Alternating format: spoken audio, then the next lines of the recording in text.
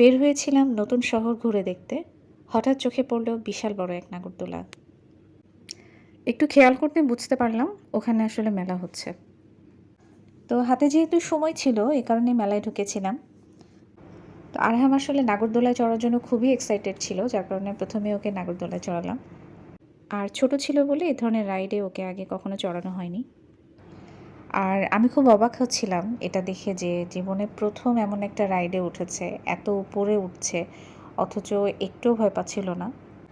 বাচ্চারা যখন কোনো কিছু খুব আনন্দ নিয়ে উপভোগ করে তখন সবথেকে বেশি ভালো লাগে আসলে মায়ের। আর নিচ থেকে ওর বাবা ওকে ডাকছিল, কিন্তু আমরা খুঁজে পাচ্ছিলাম না। ওর বাবা আমাদের সাথে উঠতে পারেনি কারণ কিছুদিন আগে একটা দুর্ঘটনা ঘটেছিল ওর বাবার সাথে। অফিসে যাওয়ার পথে বাইক অ্যাক্সিডেন্টে মারাত্মকভাবে আহত হয়েছিল সে। তো যাই হোক, ওপর থেকে ভিউটা আমার কাছে খুব ভালো লাগছিল। তো ৫-৬ বার রাউন্ড দেওয়ার পর আস্তে আস্তে থেমে গেল। মোটামুটি আস্তেই ঘুরছিল, খুব একটা জোরে ঘোরেনি।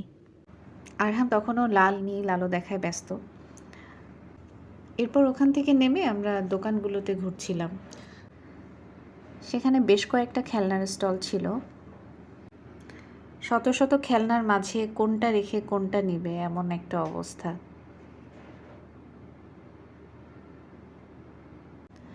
কিছু কিছু খেলনা ছিল দেখলাম ঘুরে ফিরে বারবার ওগুলা নিয়েই টানাটানি করছিল, কিন্তু কিনবে কিনা জিজ্ঞেস করলে কনফিউজড, বলতে পারছিল না।